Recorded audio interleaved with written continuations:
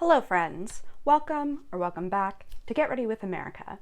My name is SJ, and this month I am getting you ready for next year's elections state by state. This video will be discussing Georgia, where Stacey Abrams is looking for a rematch, and I could not be more excited. The makeup inspo for today's look kind of has to be Georgia Peaches, using a Too Faced Peach palette. If you want to watch any other 2022 state preview videos, I'll have my Votemas playlist linked below, where you'll also find links to more info about the elections in Georgia. Standard disclaimer, this video was filmed and posted in December 2021. I hope the vast majority of the information I'm sharing will still be relevant whenever you're watching this up to the state's primary date, but we've all seen weird and sudden things happening in campaigns in the last couple years, so something in this video could be outdated at this point. Check the state government links in the description box for the most up-to-date information. Let's get into it.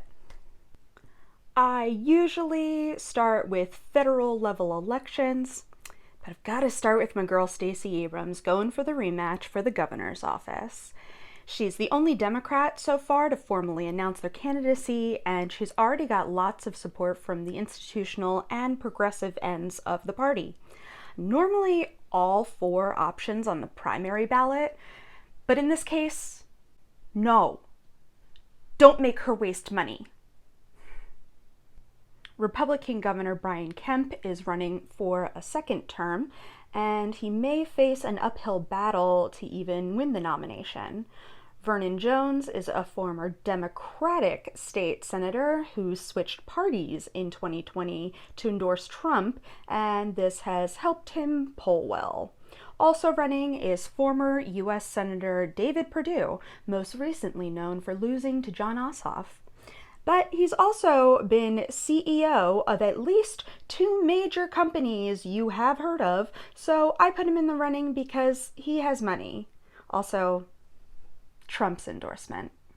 Seriously, Democrats, I beg of you, don't you dare make Stacey overspend before June. If she and Kemp do win their respective primaries, it will be the first gubernatorial rematch in Georgia in 70 years. Lieutenant governor is elected separately, and incumbent Republican Jeff Duncan is not running for a second term because he did not join the 2020 voting fraud bandwagon.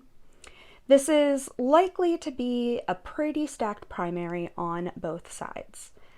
Secretary of State will probably also become a messy election, with incumbent Brad Raffensperger, a person I still can't believe most people could recognize, going up against Rep.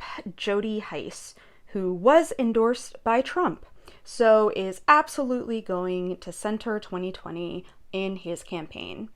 Attorney General and the entire state legislature are also up for re-election, so it'll be an exciting year up and down the ticket. Democratic Senator Reverend Raphael Warnock is seeking his first full term after winning the special election in 2020 and 2021.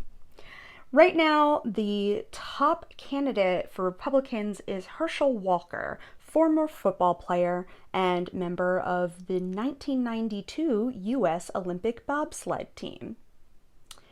I'm going to get on my soapbox for a moment.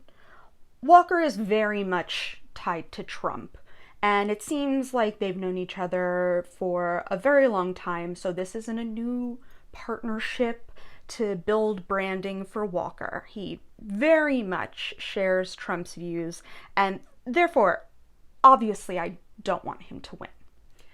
However, the media has already started to drudge up stories about violent actions toward his ex-wife during episodes tied to his dissociative identity disorder as a reason to question whether he can serve in elected office. And I don't like that.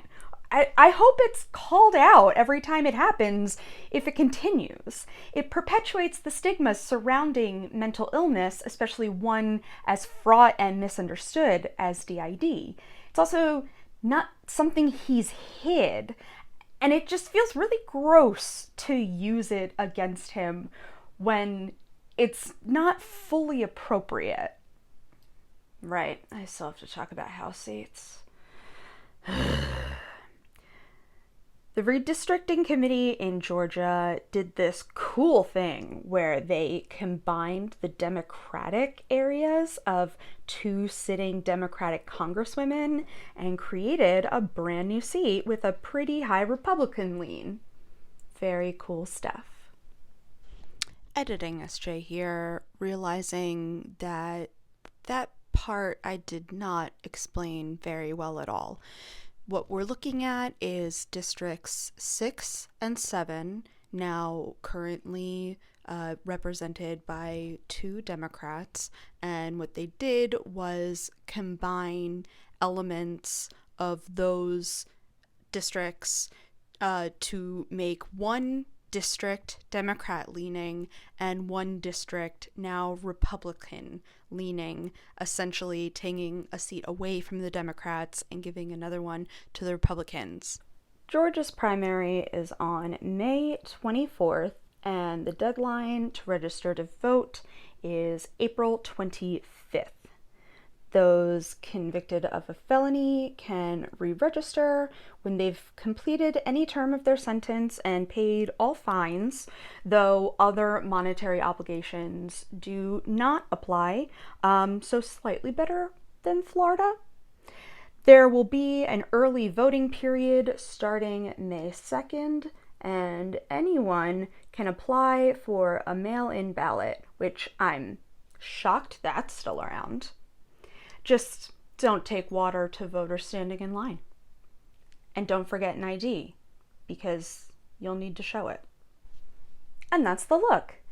Be sure to check the description box for the playlist of all my Votemas videos, as well as links to learn more about voting in Georgia. I'll be covering all 50 states and DC over the month of December, so stay tuned to learn about your state. Please appease the Google overlords to show favor upon me by liking this video right down there, and leave a comment if you've also read Lead from the Outside and you want to join my never-ending book club where we just discuss this in depth. Subscribe to the channel so the next Votemas video shows up right in your feed. Thanks, and I'll see you again soon.